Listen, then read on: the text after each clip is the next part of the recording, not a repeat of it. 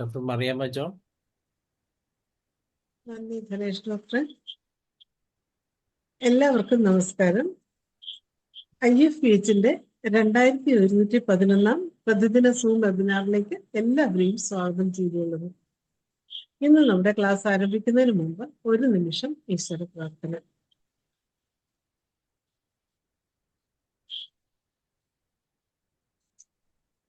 നന്ദി. ഇന്ന് നമുക്ക് അതിഥിയായി എത്തുന്നത് doctor Mashood BHMS DAQ, retired medical officer, Ayush homoeopathy department, Kerala. 30 വർഷത്തിലധികം ചികിത്സാനുഭവങ്ങൾ. Unveiled micro sequels of homeo and herbals, മനുഷ്യ ശരീരത്തിലെ മൂലാംഗം എന്നീ 2 പുസ്തകങ്ങളുടെ രചയിതാവ്. കൃഷിയും ഹോമിയോപ്പതിയും എന്ന വിഷയത്തിൽ റിസർച്ച് ഇഷ്ടകാരി. സസ്യങ്ങൾക്ക് ഹോമിയോപ്പതി, അനുബന്ധ പഠനങ്ങൾ, ഔഷധ പ്രവർത്തന തത്വം, മോഡസ് ഓപ്പറാൻഡി 6ാം ഭാഗമാണ് ഇന്ന് ഡോക്ടർ ക്ലാസ് എടുക്കുന്നത്. ഈ ക്ലാസ് എടുക്കുന്നതിന് ഡോക്ടർ മഷൂദ് സാറിനെ ആദരപൂർവ്വം സ്നേഹപൂർവ്വം ഈ പ്ലാറ്റ്ഫോമിലേക്ക് സ്വാഗതം ചെയ്തു കൊള്ളുന്നു. ഡോക്ടർക്ക് ആരംഭിക്കാം. ഹലോ, കേൾക്കാമല്ലോ? കേൾക്കാം.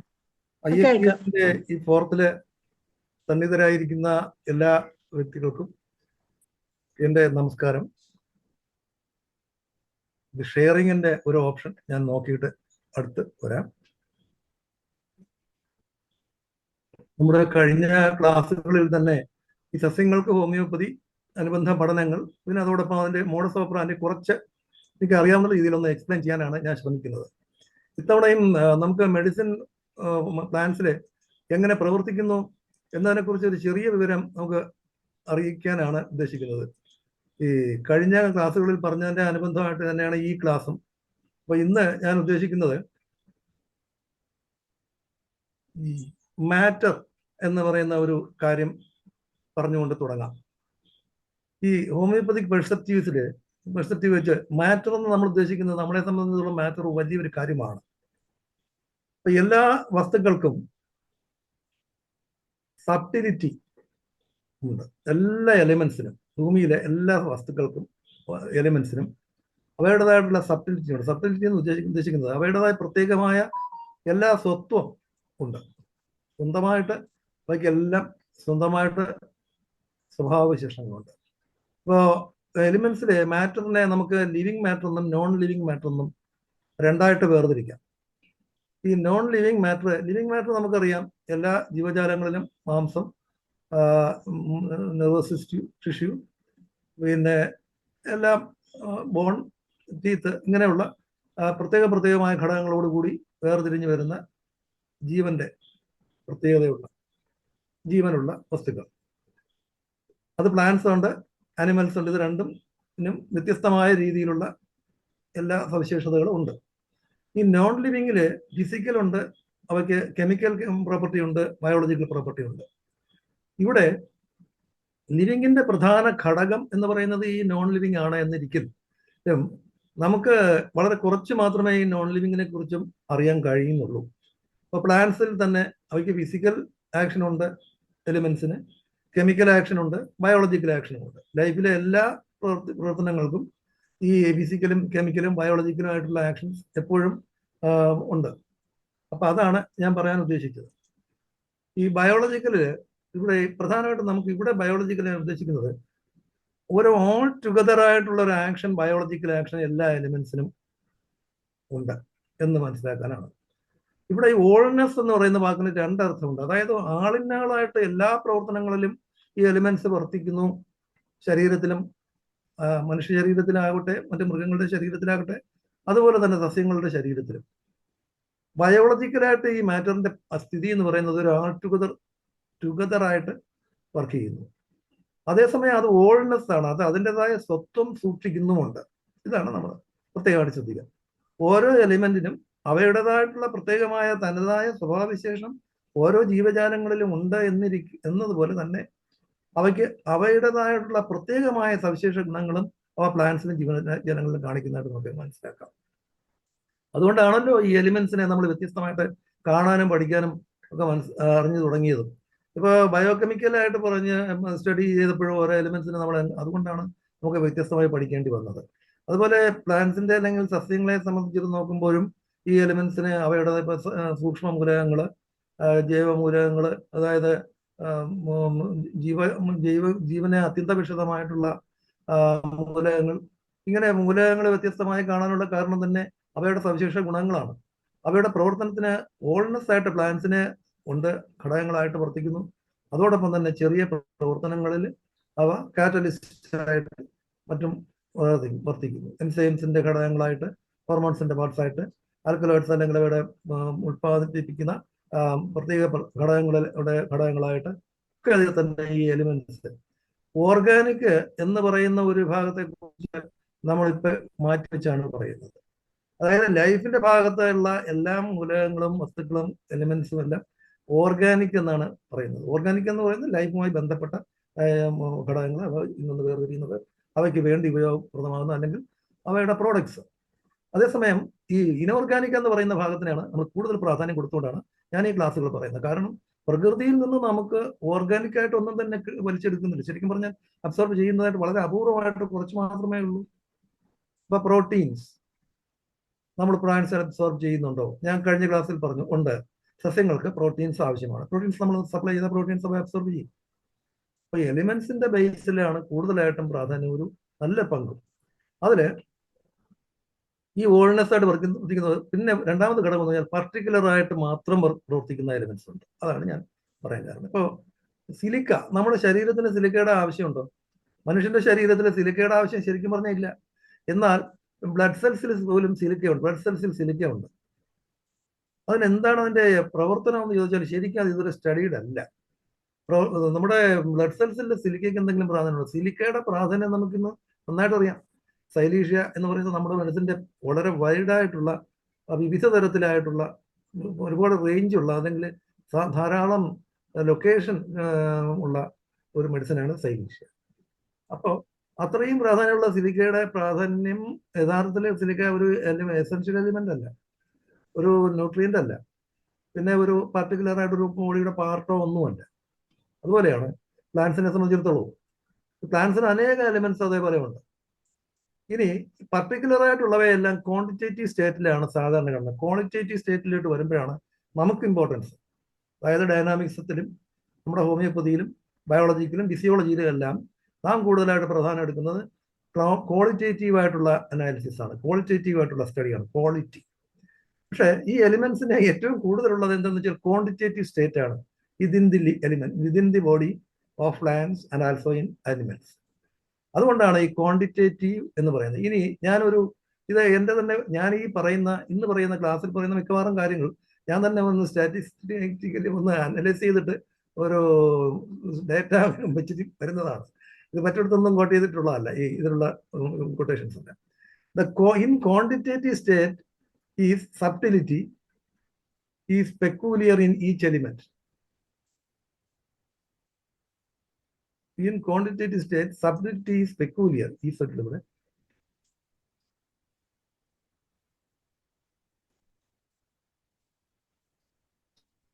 സബ്റ്റിലിറ്റി എന്ന് ഉദ്ദേശിച്ച് ഞാൻ നേരത്തെ പറഞ്ഞു, സ്വതവേയുള്ള കഴിവ് അല്ലെങ്കിൽ അവയുടെ സ്വയമായിട്ടുള്ള ഒരു സവിശേഷത. അത് ഈ ഓരോ എലിമെന്റിനും ക്വാളിറ്റേറ്റീവ് ആയിട്ട് പറയുമ്പോൾ വളരെ കൂടുതലായിട്ടും എലിമെന്റിന് പ്രത്യേകത ഉള്ളതാണ്. അതുകൊണ്ടാണ് ഈ മെഡിസിനിൽ ഈ എലിമെന്റ്സിന് ഇത്രയും പ്രാധാന്യം ട്രീറ്റ്മെന്റ് സൈഡിൽ വന്നത്. അതിനെ പറ്റിയാണ് ഇന്ന് ഞാൻ പറയാൻ പോകുന്നത്. അപ്പോൾ ക്വാളിറ്റേറ്റീവ് അനാലിസിസ് അല്ലെങ്കിൽ ക്വാളിറ്റേറ്റീവ് ആയിട്ടുള്ള ഒരു സബ്റ്റിലിറ്റി, അവയുടെ സ്വത്വമാണ് എലിമെന്റ്സിനെ തെറാപ്യൂട്ടിക് സൈഡിൽ അല്ലെങ്കിൽ വരുന്ന കാലങ്ങളായിട്ട് നമ്മുടെ ചികിത്സാ സമ്പ്രദായങ്ങളിലൂടെ കടന്നു വന്ന എല്ലാ പ്രിൻസിപ്പിൾസിലും, പ്രിൻസിപ്പിൾ മീൻസ് ഹിയർ ഇവിടെ തന്നെ രണ്ട് അർത്ഥമുണ്ട്. പ്രിൻസിപ്പിൾ എന്ന് പറയുന്നത് ആ ഘടകം, അതായത് ദ ആക്റ്റീവ് പ്രിൻസിപ്പിൾ. പിന്നെ principle, active principle. What is the principle behind that element which is acting in the body or in the element in the state of body. ഇതാണ് ക്വാളിറ്റേറ്റീവ് അനാലിസിസ് അല്ലെങ്കിൽ qualitative state എന്ന് ഞാൻ ഉദ്ദേശിച്ചത്. ഇനി cure, നമ്മൾ അലോപ്പതിയിലും ഹോമിയോപ്പതിയിലും അന്നല്ല, ലോകത്ത് ഏതെങ്കിലും ഒരാൾ ഒരു ചികിത്സകനായിട്ട് വന്നിട്ടുണ്ടെങ്കിൽ അയാളുടെ ഹൈ ആൻഡ് എർലി മിഷൻ എന്ന് പറയുന്ന പ്രൈമോസ്റ്റ് മിഷൻ എന്താണ്? ഓർഗനോളിൽ പറഞ്ഞിട്ടുള്ളത് കൊണ്ട് മാത്രമല്ല, high and early mission is to cure the sick. അവിടെ നമുക്ക് ഏറ്റവും കൂടുതൽ ഈ ത്രൂ ഔട്ട് ഓർഗനോണിൽ ദ സിക്ക് എന്ന് പറയുന്ന ഒരു വേർഡ് നമുക്ക് ആ കണ്ണോടുകൂടി വായിച്ചാൽ നിങ്ങൾക്ക് മനസ്സിലാവും വേറൊരർത്ഥം.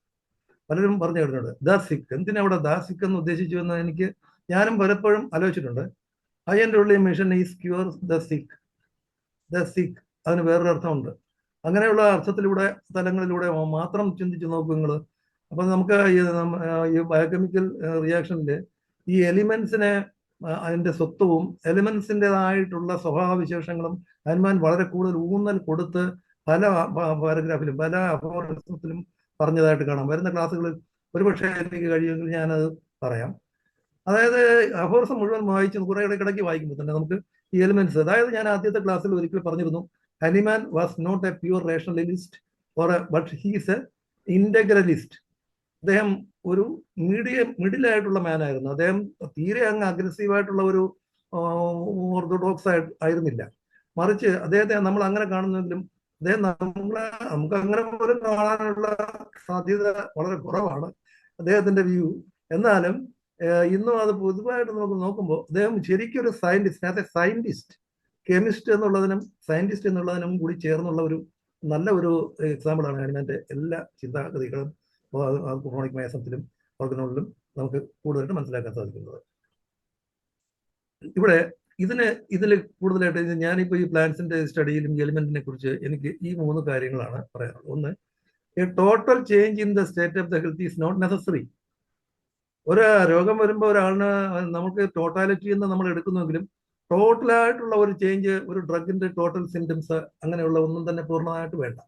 അല്പം മാത്രം മതി. ചില സിംറ്റംസ് മാത്രം കൊണ്ടും നമുക്ക് ട്രീറ്റ് ചെയ്യാം.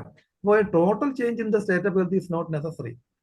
രണ്ടാമത്തത്, altered signs and symptoms are to be remove. അത് നമ്മൾ ഓർഗനോളിലല്ല, എല്ലാവരുടെ ടെക്സ്റ്റ് ബുക്കിലും നമ്മൾ വായിക്കുമ്പോൾ കാണാം സയൻസ് ആൻഡ് സിംറ്റംസ് തന്നെയാണ് റിമൂവ് ചെയ്യേണ്ടത്. സയൻസ് ആൻഡ് സിംറ്റംസ് റിമൂവ് ചെയ്താൽ പേഷ്യന്റ് ക്യൂർ ആയി കഴിഞ്ഞു. പേഷ്യന്റ് ക്യൂറായി. ഡിസീസ് ക്യൂറിനെ കുറിച്ചല്ല, അത് വേറൊരു കാര്യമാണെന്നാലും പേഷ്യന്റ് ക്യൂറായി. Is not at all suffering. ഈ സഫറിങ്സ് എല്ലാം പോയി കഴിഞ്ഞു. Here the part location is more important. ഇപ്പോൾ നമ്മൾ ഈ ടോട്ടൽ ചേഞ്ച് വേണ്ടെങ്കിൽ ലൊക്കേഷനാണ് ഒരു ഡിസീസിനെ സംബന്ധിച്ചിടത്തോളം പ്ലാന്റ്സിനും വളരെ പ്രധാനം, ആനിമൽസിനും പ്രധാനം. ലൈഫിനെ സംബന്ധിച്ചിടത്തോളം ലൊക്കേഷൻ വളരെ പ്രധാനപ്പെട്ട ഒന്നാണ്. അത് സൈറ്റ് മതി. ഇപ്പൊ പ്രിക്കോർഡിയത്തില് പെയിൻ എന്ന് സാധാരണ ഒരാൾ പറയുള്ളൂ. അടുത്ത് ഞാൻ പറയാൻ പോകുന്നത് നിങ്ങൾ കുറച്ചുകൂടെ സിമ്പിളായിട്ട് കേൾക്കണം. ഭയങ്കര വലുതായിട്ട് കേട്ടാൽ പറയുന്നത് മനസ്സിലാകും. ഞാൻ അടുത്ത് കുറച്ചുകൂടി സിമ്പിളായിട്ട് സെന്റൻസ് ആണ് അടുത്ത് ഞാൻ പറയാൻ പോകുന്നത്. അതുകൊണ്ടാണ് ഞാൻ പ്രിക്കോർഡിയം തന്നെ പറഞ്ഞത്. പ്രിക്കോർഡിയത്തിൽ പെയിൻ എന്ന് സാധാരണ ഒരു സാധാരണ ഒരു വ്യക്തി പറയുന്നു. മെഡിസിനെ കുറിച്ച് എന്തെങ്കിലും അറിയാന്നുള്ള ഒരാളാണ് പ്രിക്കോർഡിയത്തിൽ പെയിൻ എന്ന് പറയുന്നത്. സാറ് എനിക്ക് നെഞ്ചുവേദനയാണ്, ഹാർട്ടിനോ ബ്രെയിനാണ്, അല്ലെങ്കിൽ എനിക്ക് എന്തോ ആണോ പെയിനാണോ എന്നൊക്കെ പറഞ്ഞായിരിക്കും വരുന്നത്. പക്ഷേ പ്രിക്കോർഡിയൽ പെയിൻ ഈ ജസ്റ്റിന് മുകൾ വശത്തൊരു ഒരു വേദന എന്ന് മാത്രമേ സാധാരണ ഒരാൾ പറയുള്ളൂ. അയാൾ പണിയെടുക്കുന്ന ആളായിരിക്കും. അവിടെ ഇവിടെയൊക്കെ അനേകം തവണ അയാൾക്ക് പെയിൻ വന്നിട്ടുണ്ടാവും. ഒരു പക്ഷേ ഹാർട്ടിൽ തന്നെ നന്നായിട്ട് പെയിൻ ചെലുത്തിയിട്ടുണ്ടാവും. അയാൾക്ക് അത് അറിയാൻ കഴിയുന്നില്ല. അയാൾ അറിയുന്നില്ല. മാംസം എന്നുള്ള ഒറ്റ വേർഡിലാണ് എല്ലാം അറിയുന്നത്. ഇന്റേണൽ ഓർഗൻസിനെ കുറിച്ച് ഒട്ടും തന്നെ ഉള്ളിലേക്ക് നോക്കാത്ത എത്രയോ പേരുണ്ടാവും. എത്രയോ വർഷങ്ങൾ നമുക്കുണ്ടായിരുന്നു. അങ്ങനെ നാം മെഡിസിനൊക്കെ പഠിച്ചതിന് ശേഷം സ്കൂളിൽ 8ാം ക്ലാസ് വരെയും ഒരു പക്ഷേ ഇന്റേണലായിട്ട് നാം പോയിട്ടുണ്ട്. ഏതെങ്കിലും ഓർഗൻസിനെ കുറിച്ച്, ഇന്റേണലായിട്ട് എന്തെങ്കിലും ഒരു കാര്യത്തെക്കുറിച്ച് ഒന്നും പോയിട്ടില്ല. അപ്പോൾ വിജ്ഞാനം, നമ്മളെക്കുറിച്ചുള്ള വിജ്ഞാനം അത് വളരെ കൂടുതലായിട്ട് ഉണ്ടായി വരുമ്പോൾ മാത്രമാണ് നമ്മൾ ഈ ഡീപ്പായിട്ട് ഈ കാര്യങ്ങളെക്കുറിച്ച് നോക്കുന്നത്. Here the part is more important. ഇനി അഫോറിസം 19 ഒന്ന് ഞാൻ ഇവിടെ കോട്ട് ചെയ്ത് പറയുകയാണ്. അത് now as diseases are nothing more than alterations in the state of health of the healthy individual which express themselves by morbid signs and the cure is also only possible by a change to the healthy condition of the state of health of the deceased individual. It is very evident that medicines could never cure diseases if they did not possess the power of altering man's state of health, which depends on sensations and functions. Indeed, that their curative power must be owing solely to this power they possess of altering man's state of health. മനുഷ്യന്റെ ശരീരത്തിലെ ശരിയായ അവസ്ഥയ്ക്ക് എന്തെങ്കിലും മാറ്റം വരുത്താൻ കഴിയാത്ത ഒരു വസ്തുവിന് ആ ശരീരത്തിലെ ഒരു ഗുണവുമില്ല, അല്ലെങ്കിൽ ശരീരത്തിന് ഒരു പ്രയോജനവുമില്ല. എന്തെങ്കിലും ആൾട്ടർ ചെയ്യാൻ കഴിയുന്നത് കൊണ്ട് മാത്രമേ സ്റ്റേറ്റ് ഓഫ് ഹെൽത്ത് റീഗെയിൻ ചെയ്യാൻ അല്ലെങ്കിൽ തിരിച്ചു കൊണ്ടുവരാൻ കഴിയുള്ളൂ. കാരണം ഇങ്ങനെയുള്ള രോഗാവസ്ഥ എന്ന് പറയുന്നത് ശരിയായ അവസ്ഥയിൽ നിന്നുള്ള ഡീവിയേഷൻ സ്റ്റേറ്റ് മാറിക്കൊണ്ടിരിക്കുന്നു. അത് എങ്ങനെ സയൻസ് ആൻഡ് സിംറ്റംസ് വഴി അത് പുറത്ത് കാണിക്കുന്നു. ആ സയൻസ് ആൻഡ് സിംറ്റംസിനെ നീക്കം ചെയ്യുന്നതിന് അവയുമായി സാമ്യമുള്ള അല്ലെങ്കിൽ അവയ്ക്ക് അതിന് കഴിയുന്ന ഒരു വസ്തുവിനെ കൊണ്ട് മാത്രമേ സാധിക്കൂ. ഇതാണ് നമ്മുടെ പ്രധാനപ്പെട്ട അടിസ്ഥാനം. സിമിലിയയുടെ ഒരു നല്ല ഒരു സെന്റൻസ് ആണ് ഇത്. സോൺലി ടു ദിസ് പവർ, ഈ ഒരൊറ്റ പവർ മാത്രമെന്നാണ് ഹനുമാൻ ഇതുവഴി പറയുന്നത്. ഇനിയുള്ള ഫർദർ അഫോറിസംസ് ഒക്കെ ഇങ്ങനെ വായിച്ചു വരുമ്പോൾ ഈ എലിമെന്റൽസിനെ കുറിച്ചും നമ്മുടെ പ്രൂവിങ്സിനെ കുറിച്ചൊക്കെ പറയുമ്പോൾ ഇതുമായി കൂടി ചിന്തിച്ച് നിങ്ങൾ ഇതിനെ വേറൊരു ലെവലിലൂടെ കൂടി നോക്കണം എന്ന് എനിക്ക് പറയാനുണ്ട്. കാരണം ഈ സോൺലി കഴിഞ്ഞിട്ട് ഒരു ക്വസ്റ്റ്യൻ മാർക്ക് ഇനിയും നമുക്ക് വേണ്ടി വരുന്നുണ്ടോ എന്നതിന് എനിക്കൊരു സംശയം. അതുകൊണ്ടാണ് ഞാനിത് കടുപ്പിച്ചിട്ടിരിക്കുന്നത്. ഇത് ഹനുമാൻ അത് പറയുന്നുണ്ട് വീണ്ടും വീണ്ടും പലപ്പോഴും. പക്ഷെ ഇവിടെ ആ ഒരു ഒറ്റ കാര്യം മാത്രം എടുത്തു പറയുന്നു. സ്റ്റേറ്റ് ഓഫ് ഹെൽത്ത് റീറേഞ്ച് ചെയ്യുന്നതിന് കഴിയുന്ന അല്ലെങ്കിൽ റീറേഞ്ച് ചെയ്യുന്നതാണ് ഡിസീസ്. അതിന് കഴിയുന്ന വസ്തുവിന് മാത്രമേ ഒരു ക്യൂർ കൊടുക്കാൻ അല്ലെങ്കിൽ ഒരു ക്യൂറിലേക്ക് എന്തെങ്കിലും ചെയ്യാൻ കഴിയൂ. ഇത് ഒരു ചെറിയ ഇതാണ്, ഞാനൊരു ബുക്കിൽ നിന്ന് എടുത്തതാണ്.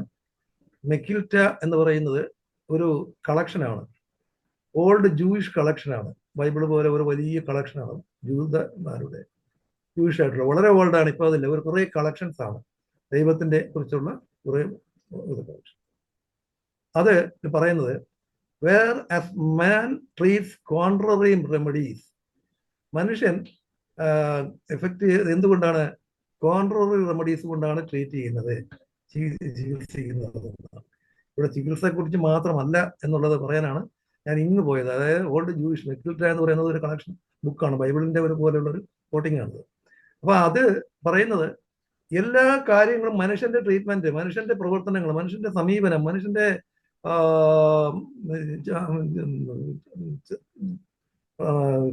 കാര്യങ്ങൾ, അല്ലെങ്കിൽ അവന്റെ എല്ലാ കാര്യങ്ങളും എന്താണ്, കോൺട്രറി ആണ്. പക്ഷെ ഗോഡ് ഹീൽസ് വിത്ത് സിമിലേഴ്സ് എന്നാണ്. ദൈവം എപ്പോഴും സമാനതകൾ കൊണ്ട് അതിനെ ചികിത്സിക്കുന്നു. ഇനി ഈ സെന്റൻസ് ഞാൻ പ്രത്യേകമായിട്ട് ഇത് നിങ്ങൾക്ക് ഇതിനെക്കുറിച്ച് എന്തെങ്കിലും അഭിപ്രായം ഉണ്ടെങ്കിൽ പറയാം. Not all but the alterations in the diseased state and thus the protective mechanisms of the cell boost many times, and ultimately they become able and withstanding cells survive their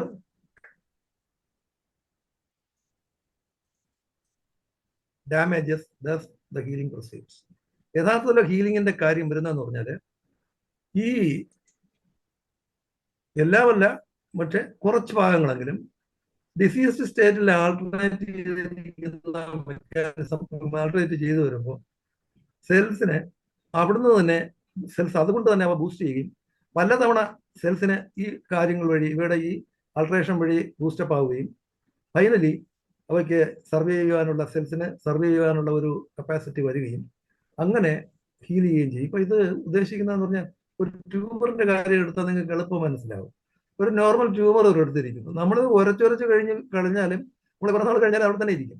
പക്ഷെ ഇതിന്റെ റൂട്ട് കാസിന് നമ്മളൊരു medicine apply ചെയ്ത് നോക്കും, 3-4 ആഴ്ച കൊണ്ട് ഇത് എങ്ങനെയാണ് ഇത്രയും വലിയൊരു ട്യൂമർ അങ്ങനൊരു വാർട്ട് കുറേശ്ശെ എങ്ങോട്ട് പോകുന്നു ഒട്ടും തന്നെ കാണുന്നില്ല. അപ്പൊ ആ സെല്ലിന് എന്തോ ഒരു കഴിഞ്ഞ ക്ലാസ്സുകളിൽ പറഞ്ഞ പോലെ ഒരു ത്രഷോൾഡ് കിട്ടിക്കഴിഞ്ഞിട്ട് മാത്രമല്ലേ ചെയ്യുന്നുള്ളൂ. പൂജ അപ്ലൈ ചെയ്താൽ മാത്രം വർഷങ്ങളോടെ ഇരിക്കുന്ന പാർട്സ് ചിലപ്പോൾ കുറേ വർഷങ്ങൾ ജീവിതകാലം മുഴുവൻ കൊണ്ട് കിടന്നായിരിക്കും. എന്നാലും ഒരല്പ ഡോസ് കൊണ്ട് അത് വളരെ പെട്ടെന്ന് തന്നെ പോകുന്നതായിട്ട് കാണാം. എല്ലാ ഡിസീസും അല്ല, ചില ആൾട്രേഷൻസ് ഡിസീസ്ഡ് സ്റ്റേറ്റിൽ ഇങ്ങനെയുള്ള കുറച്ച് പ്രൊട്ടക്റ്റീവ് മെക്കാനിസം വരികയും, അതായത് ഒരു നമ്മൾ അപ്ലൈ ചെയ്യുന്ന തൂജയാണെന്ന് ഓർക്കണം, ആ തൂജയുടെ ഇറിറ്റേഷൻസ് കാരണം ആ മെക്കാനിസം സെൽസിനെ ഒന്ന് ബൂസ്റ്റ് ചെയ്യുകയാണ് ചെയ്യുന്നത് അന്നേരം, അല്ലെങ്കിൽ ഒന്ന് ഇറിറ്റേറ്റ് ചെയ്യുകയാണ് ചെയ്യുന്നത്. ആ ഇറിറ്റേഷൻ അൾട്ടിമേറ്റ്ലി എന്തായിട്ട് വരുന്നു, സെൽസിന് വിസ്റ്റാൻഡ് ചെയ്യാനുള്ള ഒരു കപ്പാസിറ്റി വരികയും അബ്നോർമൽ ആയിട്ടുള്ളവയെ നീക്കം ചെയ്യുകയും നോർമൽ ആയിട്ടുള്ളവ മാത്രം സൂക്ഷിക്കപ്പെടുകയും ചെയ്യും. അതാണ് ഡാമേജസ് മാത്രമാണ് ഉദ്ദേശിക്കുന്നത്. Damages thus the healing proceed ആവുകയും. ഇനി അടുത്ത് വൈറ്റൽ ഫോഴ്സ് എന്ന് പറയുന്ന ഒരു കാര്യത്തെ കുറിച്ചാണ്. വൈറ്റൽ ഫോഴ്സ് ഒരു പ്രൊട്ടക്റ്റീവ് കവർ ഫോർ ദ ബോഡിയാണ്. അപ്പോൾ not the microbes, viruses, bacteria, but their very soul, their vital force is dynamic. ഈ മൈക്രോ ഓർഗാനിസംസ് ഒന്നും തന്നെ നമ്മളെ അഫക്റ്റ് ചെയ്യുന്നില്ല. അവയുടെ ഡൈനാമിക് ആയിട്ടുള്ള സോൾ, അല്ലെങ്കിൽ അവയുടെ ആ സോൾ പൊസിഷൻ, ആ സോൾ ആയിട്ടുള്ള അവയുടെ എക്സിസ്റ്റൻസ്, വൈബ്രേഷൻസ്, അത് തന്നെയാണ് നമ്മളെ അഫക്റ്റ് ചെയ്യുന്നത്. അത് തന്നെയാണ് നമുക്ക് ഡാമേജ് ആയിട്ട് വരുന്നത്. അല്ലെങ്കിൽ ഇപ്പൊ ഒരു ബോഡി എടുത്തു, നമുക്ക് ചതഞ്ഞു പോയ ഒരു ശരീരം എടുക്കാം. നമ്മളിപ്പോൾ വീണ അല്പം ചതവ് പറ്റി ബോഡിയിൽ, കുറെ നാൾ കഴിഞ്ഞ് അവിടെ നിന്ന് അതിനകത്തുള്ള ഒരു ഓർഗനൽസിന് വലിയ ഡാമേജ് വരില്ല. പക്ഷെ കുറച്ച് ഇഴകൾക്ക് മാത്രം വരുന്നു. ഇവയെ മാത്രമായിട്ട് നീക്കം ചെയ്യണം. എന്നാൽ അവിടെ കുറെ നല്ല കോശങ്ങളുണ്ട്, ഇതിനകത്തുള്ള ഒരു ന്യൂക്ലിയസ് പോലും നഷ്ടപ്പെട്ടിട്ടില്ല. നമ്മുടെ DNA ഒന്നും നാശം വന്നിട്ടില്ല ഒരു കോശത്തിന്. അപ്പോൾ അങ്ങനെയുള്ള ഒരു അവസ്ഥയിൽ ഈ സെൽസിനെ റിക്കവർ ചെയ്ത് എടുക്കുന്ന സ്റ്റേറ്റ്മെന്റ്, അവ എടുക്കുന്ന ആ അഡാപ്റ്റീവ് മെക്കാനിസം എന്തായിരിക്കും ശരീരം എടുക്കുന്ന? അതൊന്ന്. രണ്ടാമത്, വർഷങ്ങളുമായിട്ട് ഒരുപാട് വർഷങ്ങൾക്ക് മുമ്പ് അയാളുടെ ഒരു 6 7 വയസ്സുള്ളപ്പോൾ ഒരാളുടെ തലയിൽ ഒരു തേങ്ങ വീണു എന്ന് വെക്കുക. ശക്തമായ രീതിയിൽ, അല്ലെങ്കിൽ അയാളുടെ ഇപ്പൊ എനിക്ക് ഇങ്ങനെ ഒരു സംഭവം ഉണ്ടായത്, തലയിൽ കൂടെ ഒരാൾ എടുത്ത് ചാടിത്തന്നു. എന്റെ കൂട്ടുകാരൻ കേട്ടോണ്ടിരിക്കുന്നുണ്ടോ എന്തോ, എന്നെ കണ്ടിട്ട് പിന്നെ കണ്ടിട്ടേ ഇല്ല ആ സുഹൃത്തിനെ. സ്കൂളിൽ 4ാം ക്ലാസ്സിൽ പഠിക്കുമ്പോൾ കളിക്കുന്നതിനിടയിൽ ബോളിൽ ഇങ്ങനെ ചാടുന്നതിന് താഴെ മണ്ണിൽ ചാടി കളിക്കും. അങ്ങനെ ഞാൻ ചാടിയിട്ട് നൂരുന്നതിന് മുമ്പ് എന്റെ തലയിൽ കൂടെ അവൻ ചാടി. അവന്റെ നെഞ്ച് വന്ന് എന്റെ തലയിൽ ഇങ്ങനെ അടിച്ച് ഞാൻ അങ്ങനെ ഇരുന്നു പോയി. പക്ഷെ അതിന്റെ ഇത് ഞാൻ ഇപ്പോഴും സഫർ ചെയ്യുന്നുണ്ടെന്നാണ് എനിക്ക് തോന്നുന്നത്.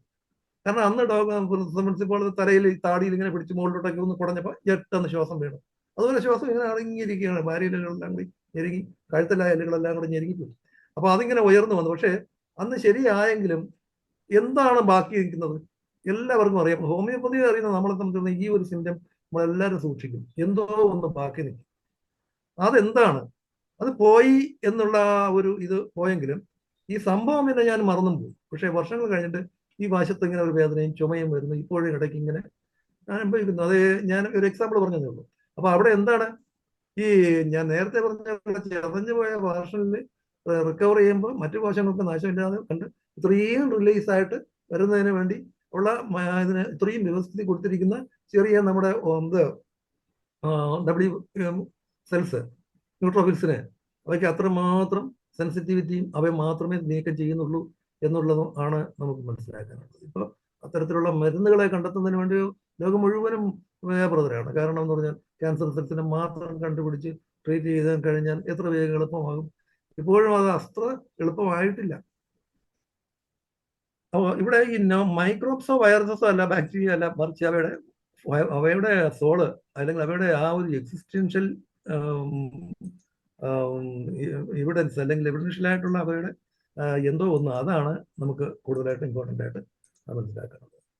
ഇനി the quantity of action necessary, ഇത് ഒരു പഴയ സെന്റൻസ് ആണ്. The quantity of action necessary to effect any change in nature is the least possible. ഇവിടെ നാച്ചറിനെ 2 രീതിയിൽ എടുക്കാം. നാച്ചർ എന്ന് പറഞ്ഞാൽ സ്വഭാവം, പിന്നെ നാച്ചർ പ്രകൃതി. പ്രകൃതിയിൽ ഏതൊരു സാധനത്തിന്, ഏതൊരു വസ്തുവിനും ഒരു ആക്ഷൻ, ഒരു ക്വാണ്ടിറ്റി ആക്റ്റീവ് കറക്റ്റായിട്ടുള്ള ഒരു എഫക്റ്റ് വരണമെങ്കിൽ അതൊരു ലീസ്റ്റ് എമൗണ്ട് ആയിട്ടുള്ള പോയിന്റിലാണ് അത് പ്രാവർത്തികമായിരിക്കുന്നത്. അതാണ് possible. According to this principle the decisive amount is always a minimum. എപ്പോഴും ഇത് ഒരു മിനിമത്തിലാണ് ഈ നാച്ചുറിന്റെ, പ്രകൃതിയുടെ എല്ലാ നിയമങ്ങളും പ്രവർത്തിക്കുന്നത്.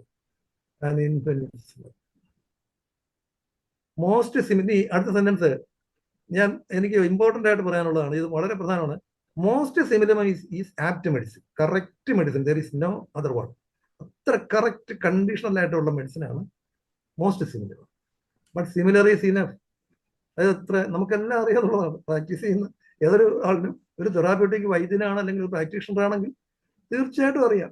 ഒരു മരുന്ന്, സാധാരണ ഒരു മരുന്ന് മതി.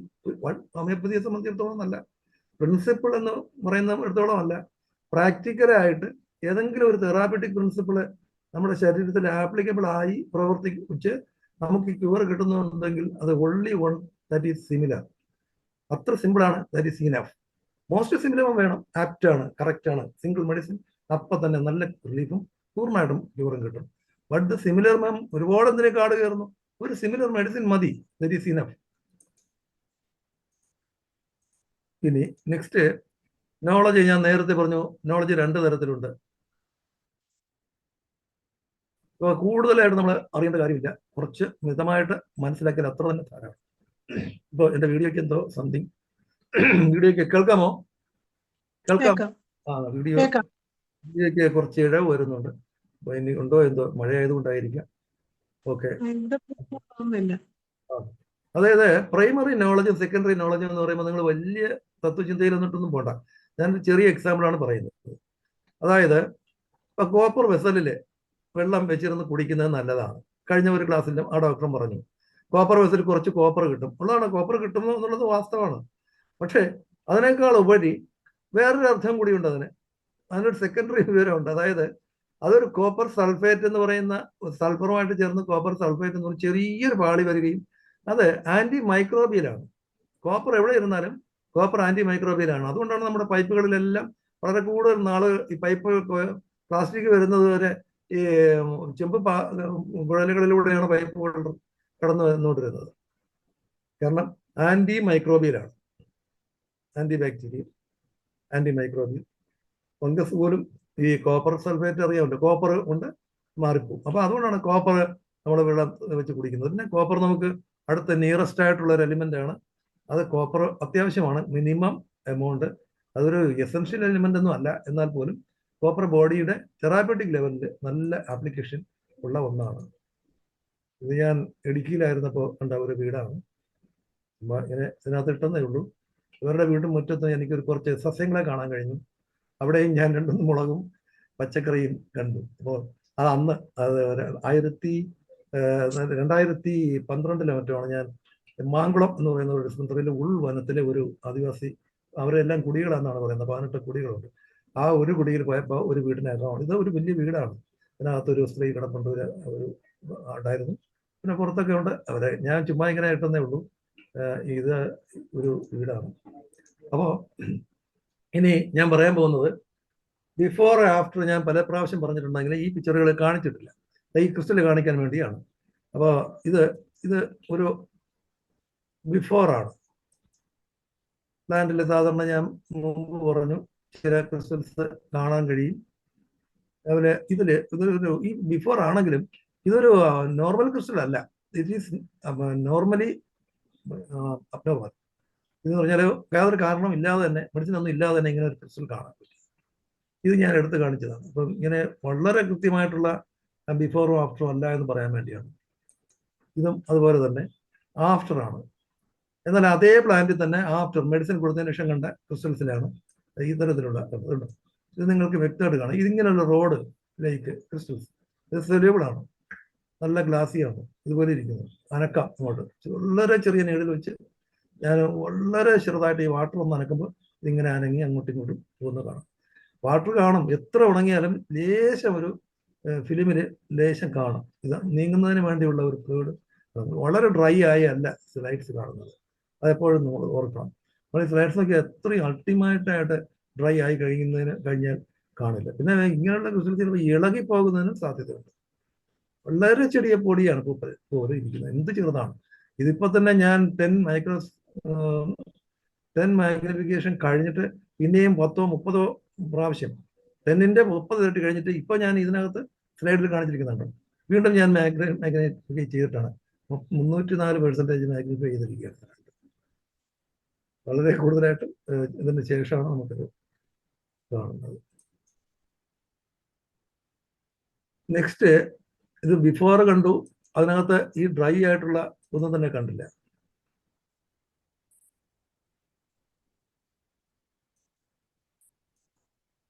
ഇനി ആഫ്റ്റർ, ഇത് ലോവർ ആഫ്റ്റർ ആയിരുന്നു.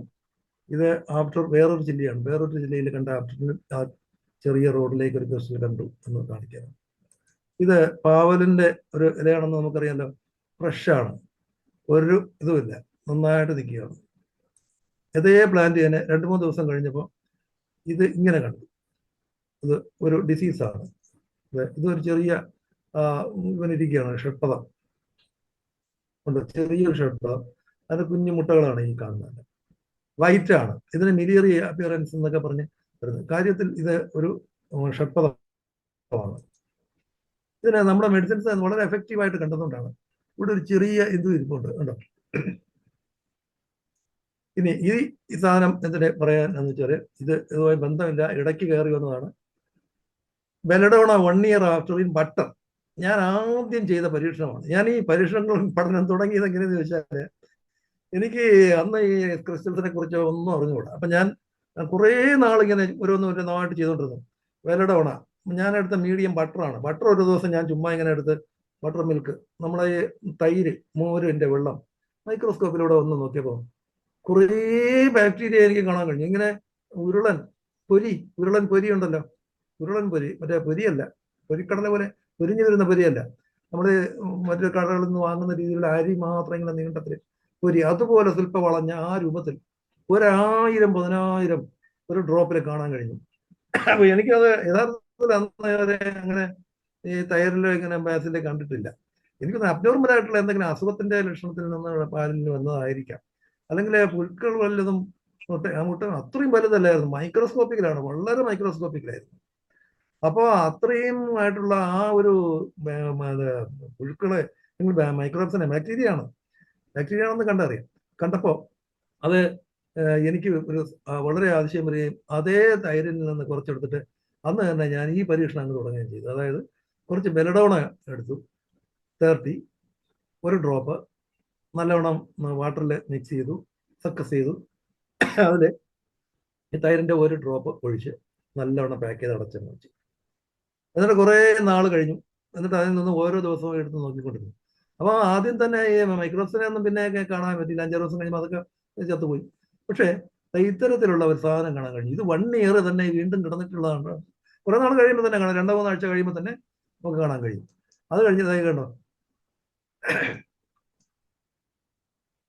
ഇതെല്ലാം ഇതുപോലുള്ള ചില ഇത് ഡെപ്പോസിറ്റ്സ് ആണ്.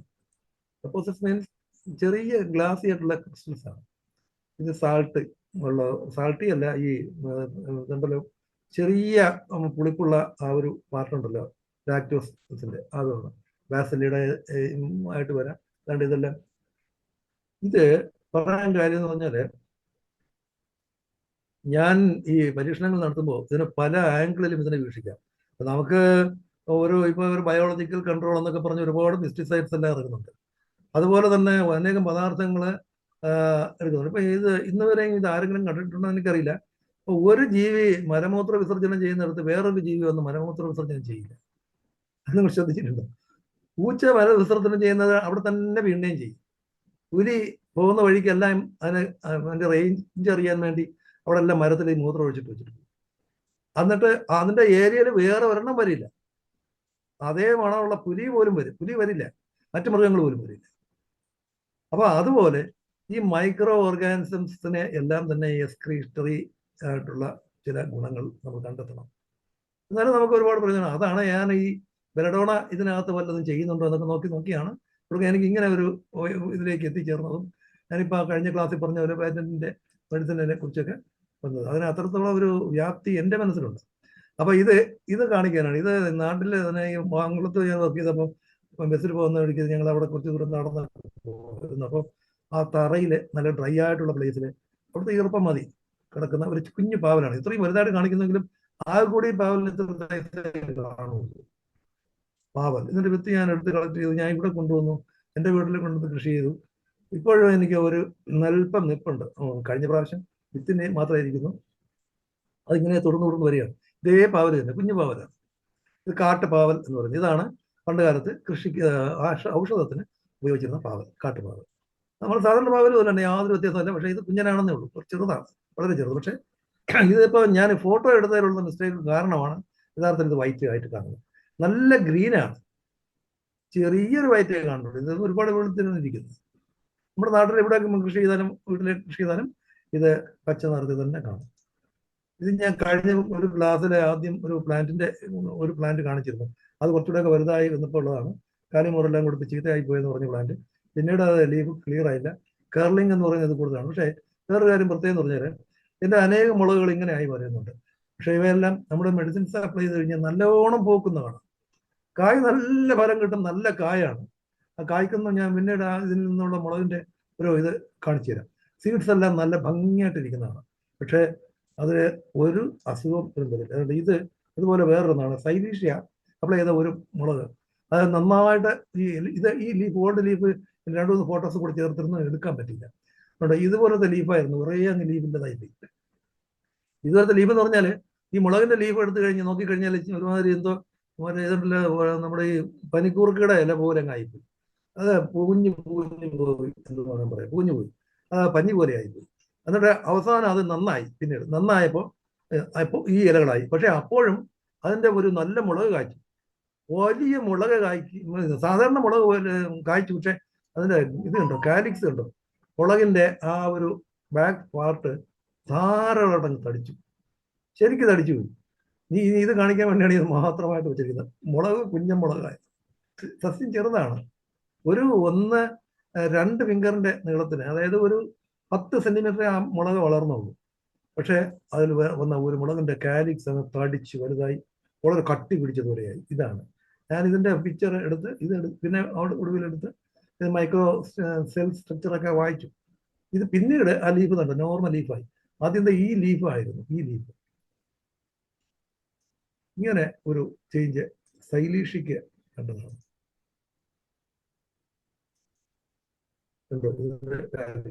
ഈ ലീഫ് നല്ല ലീഫാണ്.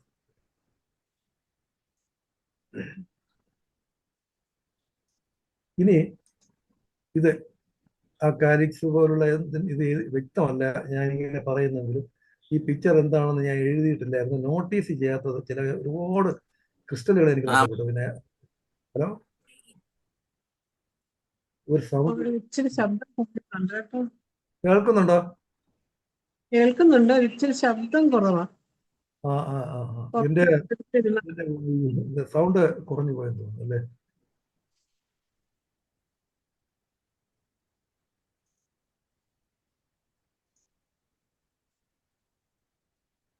ഇല്ല, സൗണ്ട് ഉണ്ട്.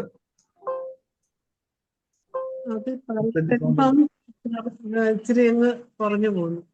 ഇപ്പൊ കുറഞ്ഞു പോയോ? അല്ലാതെ നേരത്തെ പറഞ്ഞു വന്നപ്പോ അങ്ങ് കുറഞ്ഞു. ഇപ്പൊ കുഴപ്പമില്ല. അപ്പൊ ഒരു അബ്നോർമൽ സൗണ്ടും കേട്ടു, എന്തോ കുഴപ്പം വന്നു. സാരമല്ല, ഈ എനിക്ക് എന്താണെന്ന് അറിയാൻ പറ്റില്ലെന്ന് പറഞ്ഞപ്പോ എന്റെ ക്രിസ്റ്റൽ തന്നെ എന്തോ സംസാരിച്ചു. ചെറുതായിട്ട് അങ്ങനെയുള്ള ചില സംവാദങ്ങളുണ്ട് ഞാനും എന്റെ ക്രിസ്റ്റലും തമ്മിൽ.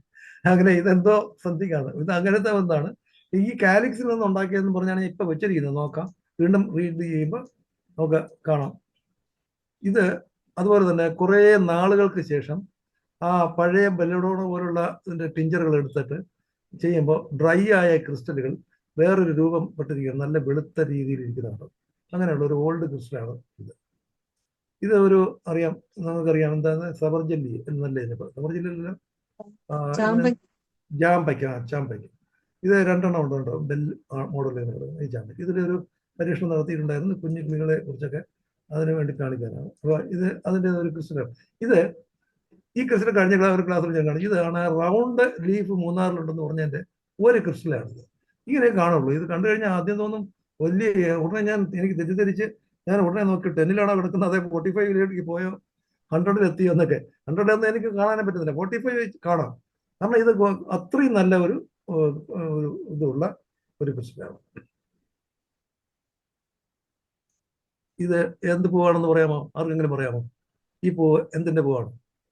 സ്ട്രോബെറിയുടെ പൂവാണ്. സ്ട്രോബെറി അവിടെ ഞങ്ങൾ ഉണ്ടായിരുന്നപ്പോൾ ഞങ്ങൾക്ക് സ്ട്രോബെറി കുറേ നട്ടിരുന്നു, അതിന്റെ പൂവാണ് സ്ട്രോബെറിയുടെ പൂവ്. എത്ര ഭംഗിയുള്ള പൂ! ഈ പോർഷനാണ് കാലിക്സ്. ഇതിനെയാണ് കാലിക്സ് എന്ന് പറയുന്നത്, ഈ പോർഷൻ. ഇതിനെ തിളങ്ങ്, ഇത് അതിന്റെ അണ്ട പോർഷൻ. സ്ട്രോബെറി ഇതെല്ലാം മൈക്രോ ആയിട്ടുള്ള ക്രിസ്റ്റൽസ് കണ്ടതാണ്. ചിലപ്പോൾ ഈ ക്രിസ്റ്റൽസ് ഇങ്ങനെ ഈ ഒരു മണ്ണിൽ കണ്ട കുറെ ക്രിസ്റ്റൽസ് ഞാൻ പിന്നീട് കാണിക്കാം. ഇതേപോലെ ഇങ്ങനെ വളർന്ന് പോകുന്ന കാണാം. അങ്ങോട്ട് വളർന്നു, കുറച്ച് ഇങ്ങോട്ട് വളർന്ന് ഇങ്ങനെ പോകുന്നതാണ്. ഒരിക്കലും ഞാനൊരു സസ്യത്തിന്റെ ചിത്രം വരച്ചെടുത്ത് അതിന് ഓരോ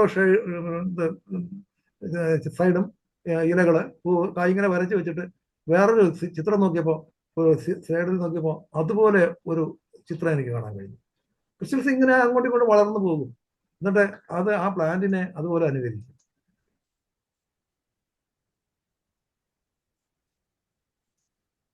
ഈ ക്രിസ്റ്റൽ കാണിക്കാനാണ് ഇത്. അതുപോലെ ഒരു ചെറിയ സസ്യത്തിന്റെയാണ്. ഇതാണ് പറഞ്ഞ വട്ട ഇലയുള്ള പൂക്കൾ. മഞ്ഞ പൂക്കളുമുണ്ട്, ചുവന്ന പൂക്കളുമുള്ള 2 ഐറ്റം ഉണ്ട്. അത് അതിന്റെ ഒരു ക്രിസ്റ്റലാണ്. അതെ, കണ്ടില്ലേ? ഇത് ഈ നീളത്തിൽ കിടക്കുന്നതെല്ലാം അപൂർണമാണ്. ഇങ്ങനെ സ്ക്വയർ ആയിട്ട് വരുന്നതിന് പകരം എന്നാലും ഈ അപൂർണം എന്ന് ഞാൻ ഉദ്ദേശിക്കും ഇവിടെ പൂർണ്ണമല്ലാത്ത അപൂർണതയല്ല. ഇത് അപൂർണമാണ്, പക്ഷെ പൂർണ്ണമാണ്. അപൂർണമായ പൂർണ്ണതയാണിത്. അതായത് ആ പൂർണ്ണതയാകുന്നതിന് വേണ്ടി ശ്രമിച്ചുകൊണ്ടിരിക്കുന്നത് അതിൽ ഒരു സ്റ്റേജ് അറ്റൻഡ് ചെയ്യുകയാണ് ക്രിസ്ത്യൻസ്. അല്ലാതെ നമ്മൾ ചേർക്കുന്നത് ഇങ്ങനെ സ്ക്വയർ തന്നെ ആയിരിക്കണം എന്നുള്ള നിബന്ധനയൊന്നും അവർക്കില്ല. അപ്പൊ അതുമാണ് നമ്മൾ ശ്രദ്ധിക്കേണ്ടത്. ആ ആംഗിളുകൾ സൂക്ഷിക്കുന്നുണ്ട്. കോണുകൾ ഇവിടെ ഉണ്ട്. ഇവിടെ എന്ത് ലോപിച്ചു പോയി. ഇവിടെ അടുത്ത വാട്ടർ മോളിക്യൂൾസ് കുറച്ച് വന്നപ്പോൾ അരിഞ്ഞു പോയതാണ്. ഇങ്ങോട്ട് മൂവ് ചെയ്യാൻ പറ്റില്ല. പിന്നെ ഇത് എങ്ങനെ മൊത്തമായിട്ട് ഇങ്ങനെയാണോ കിടന്നത്? കുറച്ച് ഇതിന്റെ ഫ്ലൂയിഡ് മാത്രം ഇവിടെ കിടന്ന് ഡ്രൈ ആയതാണോ? ഞാനിതിലൊരു ഡ്രോപ്പ് ഒഴിച്ചിട്ട് ഇങ്ങനെ ഒന്ന് നീക്കി ഡ്രൈ ചെയ്യാൻ വെക്കുകയുള്ളൂ. അതും ഞാൻ ആ അടപ്പിൻ്റെ ഇതുകൊണ്ട് തന്നെ നീളത്തിൽ ഇങ്ങനെ സ്ലൈഡ് മൊത്തം ഒന്ന് പരത്തി വെക്കാറുണ്ട്. അതായത് ഡ്രോപ്പ് ഇങ്ങനെ വെച്ചല്ല ചെയ്യുന്നത്. അപ്പൊ ഇതിന്റെ ആ ടെൻഡൻസി, ആ വസ്തുവിന്റെ ഓൾനെസ് കീപ്പ് ചെയ്യാനുള്ള ടെൻഡൻസി, അതാണ് ഞാൻ പറഞ്ഞത്. Tendency to keep it stability, identity എല്ലാ വസ്തുക്കൾക്കും. എലിമെന്റ്സ് അവ എന്ന് പറഞ്ഞാൽ ഒരു സോഡിയം ആണോ, അല്ലെങ്കിൽ പൊട്ടാഷ്യം ആണോ, എന്തെങ്കിലും ഒരു സാധനമാണോ എന്നല്ല. ഒരു എലിമെന്റ് അല്ല, പക്ഷെ ഒരു കോമ്പിനേഷൻ ആണ്. പലതും കോമ്പിനേഷൻ. ഇതെല്ലാം ഹൈലി കോമ്പൈൻഡ് ആയിട്ടുള്ള പാർട്ടിക്കിൾസ് ആണ്. ഇതിലും കാണാനായിട്ടാണ് ചെറിയ എലിമെന്റ്സ്, പാർട്ടിക്കിൾസ് കാണാം. ഇവിടെ ഇത് ഒരു ക്രിസ്റ്റൽ രൂപീകരിച്ച് വരുന്നതാണ്. ഇവിടെ ചെറിയ ക്രിസ്റ്റൽസ് ഉണ്ട്.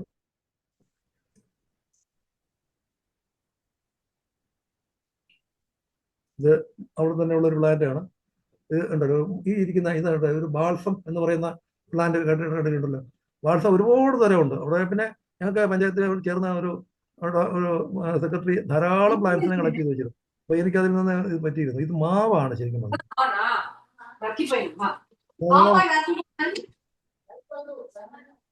ഇതൊരു നല്ല ഒരു ക്രിസ്റ്റലാണ്. ക്രിസ്റ്റൽ എന്ന് പറഞ്ഞാൽ ഇത് എന്തല്ല, ഇത് ഒപ്പേക്കാണ്, വളരെ വൈറ്റ് ആണ്. ഈ പ്ലാന്റ് എടുത്ത് ചവച്ചാൽ ചെറിയൊരു ആൾക്കാരെ വായിൽ ഇങ്ങനെ ഒരു കടിക്കുന്ന ഒരു ചെറിയ ഇത് വരും. അതിൻ്റെതായിട്ടുള്ള ഒരു ഇതാണ് ഈ ക്രിസ്റ്റൽ. ബാൾസം പ്ലാന്റിൽ നിന്ന് അടുത്താണ് ഇത്. അതേപോലെ തന്നെ ഇതിൽ പ്രത്യേകിച്ചൊന്നുമില്ല. ചെറിയ മൈക്രോ ആയിട്ടുള്ള കുറച്ച് ഇത് കാണാൻ കഴിയും. ഈ ബാക്ക്ഗ്രൗണ്ട് തന്നെ വളരെ ഇമ്പോർട്ടൻ്റ് ആണ്. അതൊരു വലിയ വൈഡായിട്ടുള്ള വെറൈറ്റി പാർട്ടാണ്. നമ്മുടെ അവിടെ തന്നെ കണ്ട 2-3 എലിമെന്റ്സ്, ഇതോടെ ഒരു 3 കിടപ്പുണ്ട്. ഇവിടെ അതേപോലെ 3-4 കണ്ടോ, ഈ കിടക്കുന്ന 3-4 ചെറിയ ചെറിയ പോർഷൻസ്. ഇവിടുന്ന് ഇങ്ങനെ ഒരെണ്ണം ഇങ്ങനെ വളർന്ന് വേറൊന്നുണ്ട്. ഇത് പൂവാങ്കുരുന്ന് പോലുള്ള ഒരു തരം സസ്യത്തിൽ നിന്ന് അവിടെ കണ്ടതാണ്. ഇത് കാലി സൾഫ് കൊടുത്ത തക്കാളി, കാലിഫോസും കാലി സൾഫും കൊടുത്തിരുന്നു. ഇത് കാലി സൾഫ് കൊടുത്ത തക്കാളിയാണ്, തക്കാളിയുടെ ലീഫാണ്.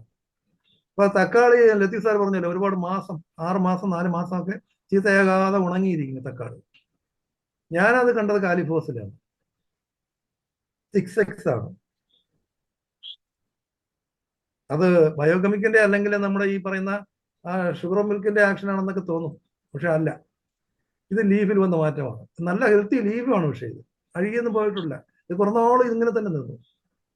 കാലി സൾഫ്, ഇതാണ് കാലി സൾഫിന്റെ ഡിസ്ചാർജിന്റെയും കളർ നമുക്കറിയാം. ഇത് ഞാൻ നേരത്തെ കാണിച്ച അതേ ക്രിസ്റ്റലിന് അതുപോലത്തെ വേറൊന്ന് ഉണ്ടല്ലോ, എക്സ് മോഡലിൽ കിടക്കുന്നത്.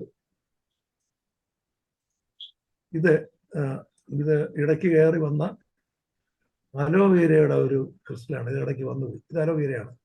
അലോവേരയിലാണ് ഈ ഒരു ലെവലിലുള്ളത്. ഇതിൽ ഒന്നുകൂടെ ഞാൻ അടുത്ത് പറയാം, പല ക്ലാസ്സിലും പറഞ്ഞിട്ടുണ്ട്. ഇത് ഒരു ഷേപ്പാണ്, ഇത്രയും നീളം. ഇത് വേറൊന്ന് നീളം. ഇതേ നീളത്തിൽ തന്നെ കുറേ കാണും, ഒരല്പം പോലും വ്യത്യാസം കാണില്ല. ഇതേ നീളത്തിൽ തന്നെ കുറേ കാണുകയും ചെയ്യും. അതല്ലാതെ ഇത്രയും നീളത്തിലൊന്നും ഇത്ര നീളത്തിലൊന്നും അങ്ങനെയല്ല ക്രിസ്റ്റൽസ്. ഒരു രൂപത്തിലൊരു ക്രിസ്റ്റൽ ഒരു സ്ലൈഡിൽ ഒരു പ്ലാന്റിൽ നിന്ന് ഒരേ ടൈം ഇത്രയും കണ്ടീഷൻസ് വരണം.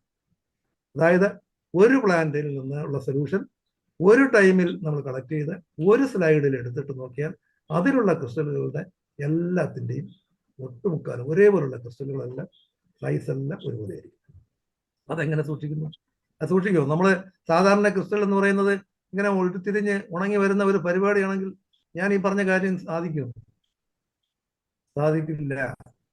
അപ്പോ അതിനും എന്തോ ഈ ഇതിന് ചുറ്റുവട്ടത്തില് അല്ലെങ്കിൽ നമ്മുടെ ഈ ഇവിടെ തന്നെ ഉള്ള എന്തോ ഒരു എനർജി ഇതിനെ ബാധിക്കുന്നുണ്ട് എന്ന് എനിക്കിപ്പോൾ പറയേണ്ടി വരും. ഞാനിത് പറഞ്ഞ് അവർക്ക് മുമ്പേ മനസ്സിലാക്കിയതാണ്. അപ്പം ഞാൻ ഒരു ചെറിയ എക്സാമ്പിൾ പറയാം.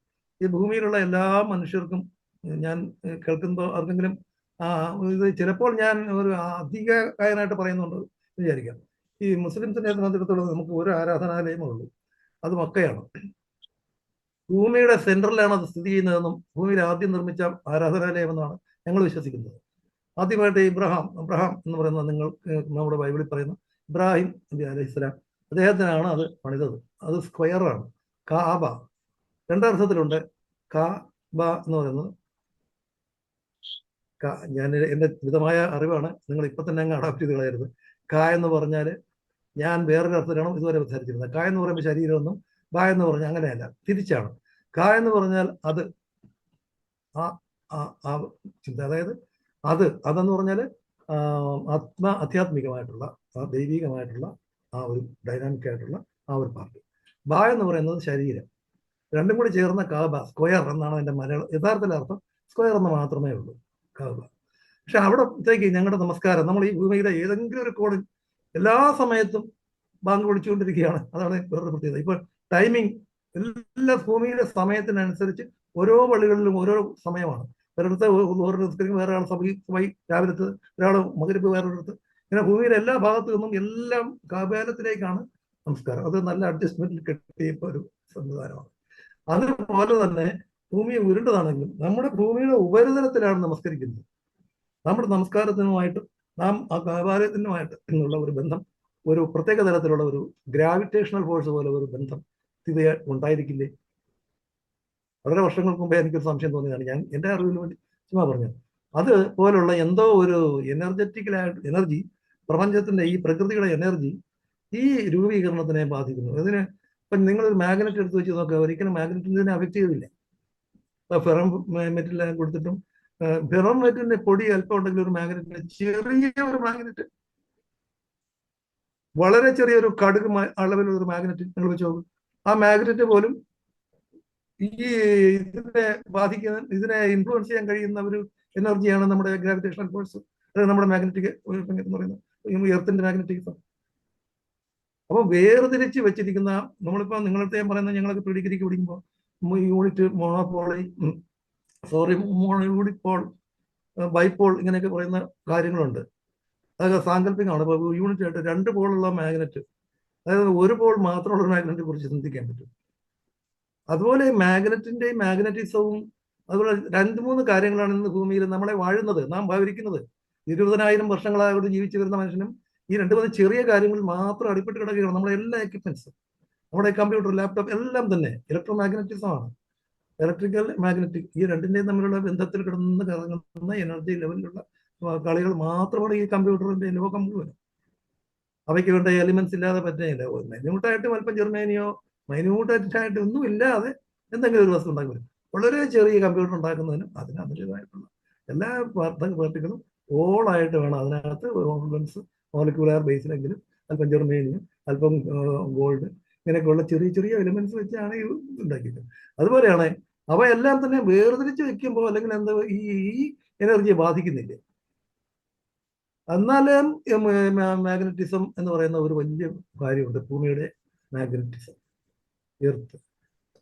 അതുപോലുള്ള എന്തോ ഒന്ന് വെടിവെക്കുന്നതിന് പട്ടാളക്കാരെല്ലായപ്പോഴും ഞാൻ NCC-യിലുണ്ടായിരുന്നു. അപ്പൊ ഇതും കൂടെയൊക്കെ ബോസ്റ്റ് ചെയ്ത് പറഞ്ഞില്ലെങ്കിൽ നിങ്ങൾക്ക് എന്നെ അറിയാൻ കഴിയുമല്ലോ.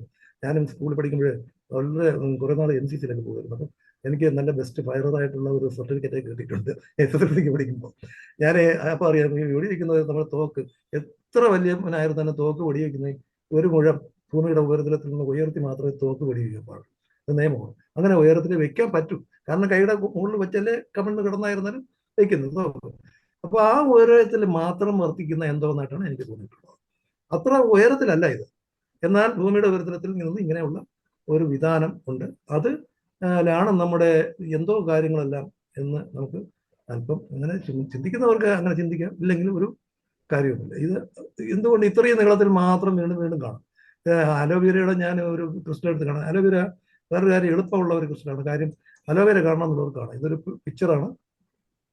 അലോവേര ടിഞ്ചറൊന്നും പ്രിപ്പയർ ചെയ്യണ്ട. അലോവേര നിങ്ങൾ എടുത്തിട്ട് ചുമ്മാ ഒന്ന് കയക്കിയിട്ട് മൈക്രോസ്കോപ്പിൽ നോക്കിയാൽ നിങ്ങൾക്ക് ഞാൻ പറഞ്ഞ മൈക്രോസ്കോപ്പ് വലുതായിട്ട് കാണാം. ഇത് വലുതായി പോകുന്നേ ഉള്ളൂ, പക്ഷേ ഈ സൈസിന്റെ വേരിയേഷൻ എല്ലാവർക്കും വ്യക്തമായിട്ട് കാണും. അതേ സൈസ് തന്നെ വീണ്ടും കാണും. അങ്ങനെ ഒരു 4-5 ഐറ്റംസ് ഉണ്ട്. 4 ഐറ്റംസിനും 4 ലെന്താണ്. ഒരു ലെന്തിൽ തന്നെ ഒരുപോലെ ഒരേ കാണും. ഈ 4 ലെന്ത് വലുതെണ്ണ പേപ്പർ. പിന്നെ ഒരറ്റം കൂർത്തതായിരിക്കും, മറ്റേ അറ്റം കൂർത്തതല്ലാത്ത ഒരു ഐറ്റം ഉണ്ടായിരിക്കും. 2 ഐറ്റം കൂർത്ത ഒരേ സൈസിലുള്ളത് കാണും. ഇങ്ങനെ ഒരു 5-6 ഐറ്റം നീളത്തിലുള്ള ക്രിസ്റ്റൽസ് വെറും ഇത് മാത്രം അലോവേരയിൽ കാണാൻ കഴിയും. ഇത് ഞാൻ പറയുന്നത് നമ്മുടെ മറ്റേ ഇതാണ് അമരയ്ക്ക, അറിയാമല്ലോ, ചീന അമരയ്ക്ക. ഇത് ഞാൻ പരീക്ഷ നടത്തിയിട്ടുണ്ട്. പൂക്കൾക്കൊക്കെ നല്ല ഇതുണ്ട്. ഇത് നമ്മുടെ പഠനം ചെയ്തിട്ടുള്ള ഒരു നല്ല സാധനമാണ്. വളരെ പെട്ടെന്ന് കായ്ക്കുകയും ധാരാളമായിട്ട് കിട്ടുകയും ചെയ്യും. ഇതും അതുപോലെ തന്നെ അത് തന്നെ ഇതും അത് തന്നെ. ഈ ലീഫൊക്കെ നിങ്ങൾക്ക് കാണാൻ കഴിയും. നമുക്ക് ഇത് നന്നായിട്ട് കായ്ക്കുന്ന, ധാരാളമായിട്ട് കായ്ക്കുന്ന ഒരു സാധനമാണ്, നമുക്ക് ഉപയോഗിക്കാവുന്നതാണ്. ഇത് ഒരു നിങ്ങളുടെ അറിവിലേക്ക് പറയണം, കമ്പാരിറ്റീവായിട്ട് മനസ്സിലാക്കാൻ ഒരല്പം ആസ്പിരിൻ എടുത്ത് പൊടിച്ച് അതിൻ്റെ ഒരു ചെറിയ ഡ്രോപ്പ് സ്പിരിറ്റുമായിട്ട് ചേർത്തിട്ട്, സ്പിരിറ്റുമായിട്ട് എന്തിനാണ് ചേർക്കുന്നത്? വെള്ളത്തിൽ ചേർത്തിട്ട് നോക്കിയാൽ നമുക്ക് സ്പിരിറ്റ് കാണാൻ കഴിയില്ല. അതാണ് പിന്നെ ഒരു കാര്യം. ഈ ബേസിക് എന്ന് പറയുന്നത് സ്പിരിറ്റാണ്. എന്തിനു വേണ്ടി? ഈ സബ്ലൈം ചെയ്ത് പോകണം. ഈ സ്പിരിറ്റിന്റെ മോളിക്യൂൾസ് പെട്ടെന്ന് എസ്കേപ്പ് ചെയ്യുകയും അപ്പോൾ വാട്ടറും വെള്ളവും ഇല്ലാതെ, എക്സിസ്റ്റൻസ് എവിഡൻസ് ഇല്ലാതെ, എക്സിസ്റ്റൻസിന് നിവൃത്തിയില്ലാതെ അപ്പോൾ പെട്ടെന്ന് അവയുടേതായിട്ടുള്ള തനതായ സ്വഭാവം രൂപീകരിക്കുകയും ചെയ്താണ് ക്രിസ്റ്റൽസ് വരുന്നത്. അതേസമയം ഞാൻ നേരത്തെ പറഞ്ഞ കാര്യങ്ങൾ കീപ്പ് ചെയ്തുകൊണ്ടല്ലാതെ അവ ക്രിസ്റ്റലാവുന്നുമില്ല. ക്രിസ്റ്റൽ അങ്ങനെ തന്നെ വരുള്ളൂ. ആംഗിൾ അവ കീപ്പ് ചെയ്തു. ഈ ആംഗിൾ, ഇങ്ങനെ ഇരിക്കുന്ന ആംഗിൾ കുറച്ചുകൂടെ വലുതായി കഴിഞ്ഞാൽ വേറെ രൂപത്തിലല്ല, മറിച്ച് നമുക്ക് സങ്കല്പിച്ച് നോക്കും. ഒരു സാധനം ഇങ്ങനെ ഒരു ആംഗിൾ വന്ന് അത് വേറെ അതുപോലത്തെ വേറെ ഒന്നും കൂടെ വരുമ്പോൾ വേറെ ഒന്ന് വെച്ചിട്ട് എങ്ങനെയാണ് ചേർന്ന് പോകേണ്ടത്? പക്ഷേ 2 വരുമ്പോൾ വേറെ രൂപം കുറിച്ച് 3 വന്നു. അപ്പോഴവ വലുപ്പത്തിൽ വലുതായി വരുന്നേ ഉള്ളൂ. അതുകൊണ്ടാണ് പറഞ്ഞത് ക്രിസ്റ്റൽ എന്ന് പറയുന്നത് ഒരു സെപ്പറേറ്റ് കാര്യമായിട്ട് തന്നെ കാണാനായിട്ട് വരുന്നത്. ഇത് പൂവാങ്കുരു എന്ന് പറയുന്നത് പോലത്തെ ഒരു വലിയ തരം പൂവാങ്കുരുന്ന് തണുത്ത പ്രദേശങ്ങളിൽ കാണുന്നതാണ്. ഞാൻ നേരത്തെ പറഞ്ഞ മുളകിന്റെ ചെറിയൊരു കാര്യമാണിത്. നല്ല ഫ്രഷാണ് ആ മുളകാണ്. ആ അസുഖം ബാധിച്ച മുളക് കാഴ്ചയാണ്. പക്ഷെ അതിന്റെ സീഡ്സ് നല്ലതുപോലെ കായ്ക്കുകയും ഈ മുളക് സീഡ്സ് നല്ല പുഷപ്പായിട്ട് അകത്ത് നിറഞ്ഞിരിക്കുകയും ചെയ്തു. ഇത് മുളയ്ക്കുന്നതാണ്, നല്ലവണ്ണം മുളയ്ക്കുന്നുണ്ട്. ഇത് സൈലീഷ്യ കൊടുത്ത ഒരു പ്ലാന്റ് ആണ്.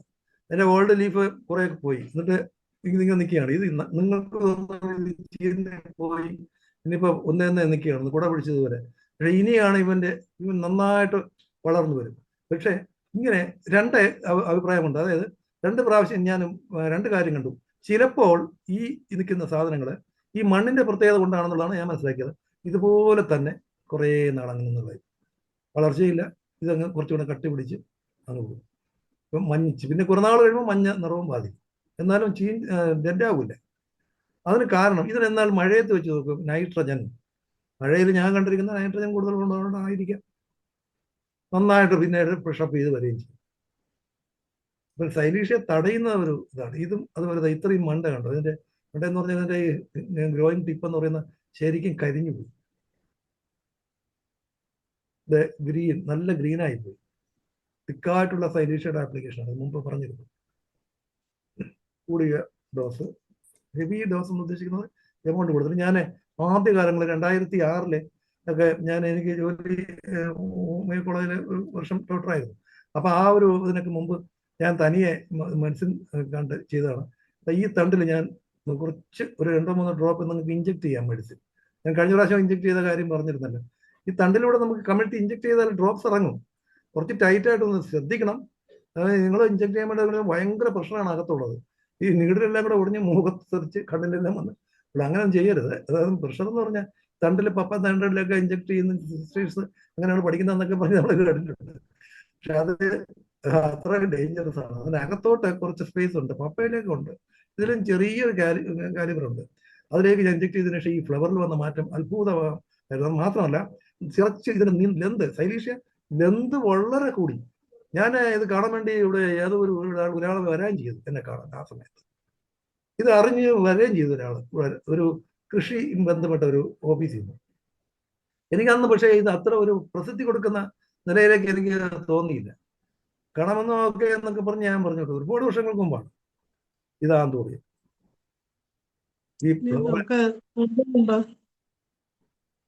തീർന്നോ ഡോക്ടറെ? ഇതും കൂടെ ഉള്ളൂ. ഇതുണ്ടല്ലേ, യെല്ലോ കളർ ഒരിക്കലും പോയില്ല എന്ന് ഞാൻ പറഞ്ഞ ഒരു മുളകിന്റെ വേറൊരു മുളകാണിത്. ഇത് സൾഫർ കൊടുത്ത ഒരു മുളക്. ഇതിനൊരു മാറ്റം വന്നെന്ന് പറഞ്ഞാൽ ഈ മുളക് പഴുത്തു, യെല്ലോ കളർ മാത്രമായി. പിന്നീട് ഞാനിതിനെ ഉണക്കി നോക്കിയപ്പോൾ ഗ്ലാസ് പോലെ ആയി കിട്ടി ഈ മുളക്. ഇത് ഉണങ്ങിയപ്പോൾ വേറെ ഒരു ഗ്ലാസ് നല്ല തിളക്കത്തിൽ ഒരു ഗ്ലാസ് ഉണങ്ങി കിട്ടിയതുപോലെ പോയി ഈ മുളക്. എന്ന് പറഞ്ഞാൽ ഇതിനകത്തുള്ള ഫ്ലഷ് മുഴുവനും ആ സൾഫർ ഉപയോഗിച്ചതിന് ശേഷം ഫ്ലഷ് മുഴുവനും തിന്നുകൊടുത്തിയതുപോലെ ആ മുളക് ആട്ടോ ഡൈജസ്റ്റ് ചെയ്തത് പോലെ പഴുത്തു വന്നപ്പോൾ അതിൻ്റെ കൊണ്ടൂരും തൊലിയും മാത്രമായിട്ടില്ല. അതായത് എല്ലാ മുളകും അങ്ങനെ ഒരിക്കൽ കണ്ടത്. ഇത് ആ മുളക് ഇതിൻ്റെ ഈ ലീഫ് എടുത്ത് കാണിക്കാൻ പറഞ്ഞാൽ ഈ ലീഫ് നമ്മൾ മുളകിൻ്റെ ലീഫ് പോലെ അല്ല ഇരുന്നത്. ഇതിനടുത്ത് ഇങ്ങനെ ചവച്ച് തിന്നാം, നല്ല മാവ് പോലെ ഇരിക്കുക, ഇലയ്ക്ക് നല്ല ഫ്രഷ് ആയിട്ട് തിന്നാൻ പറ്റുന്ന രീതിയിലുള്ള ഒരു ലീഫായിട്ട് അങ്ങ് മാറുകയും ചെയ്തു സൾഫർ. ഇത് വേറെ ഒരു പ്രാവശ്യം എനിക്ക് കാണാനായി. അപ്പം ഞാൻ എന്തായിരുന്നാലും ഇവിടെ നമ്മുടെ ഈ ക്ലാസ് നിർത്താം. ഇത് അറിയാലോ എന്താണെന്ന്? സെപ്പിയ, നമ്മുടെ സെപ്പിയ. ശരി, ദി എൻഡ്. ഈ ക്ലാസ് ഞാൻ ഇന്ന് ഇവിടെ അവസാനിപ്പിക്കാം. നമുക്ക് വരുന്ന സമയങ്ങളിൽ വേണമെങ്കിൽ കൂടുതൽ പറയാം. എന്തായാലും മെറ്റീരിയൽ ബേസിലും മെറ്റൽസ് ഹോമിയോപ്പതിയിലെ എലിമെന്റ്സ് എങ്ങനെയാണ് നമ്മുടെ, അതായത് മാറ്റർ എന്ന് പറയുന്നത് എന്താണ് എന്ന് ശരിക്കറിയണമെങ്കിൽ ഏത് ഫിസിക്സ് പഠിക്കുന്ന ആളും ഹോമിയോപ്പതി കൂടി ഒന്ന് മനസ്സിലാക്കണം. എങ്കിലും മാറ്റർ മനസ്സിലാക്കണം. മാറ്ററിനെ കുറിച്ചുള്ള എല്ലാ വിവരങ്ങളും നമ്മുടെ ഈ പൊട്ടൻറ്റൈസ്റ്റ് മെഡിസിനിൽ വഴി വേറെ വിവരിച്ചിരിക്കുന്നു. പെട്ടെന്നായി എല്ലാവരും മനസ്സിലാക്കട്ടെ. നന്ദി ഡോക്ടറെ. ഈ സൾഫർ ഒക്കെ ഏത് പൊട്ടൻസിയാണ് ഡോക്ടർ? വണ്ണം പൊട്ടൻസിയാണ് ഞാൻ ഉപയോഗിച്ചത് ആ മുളകിന്.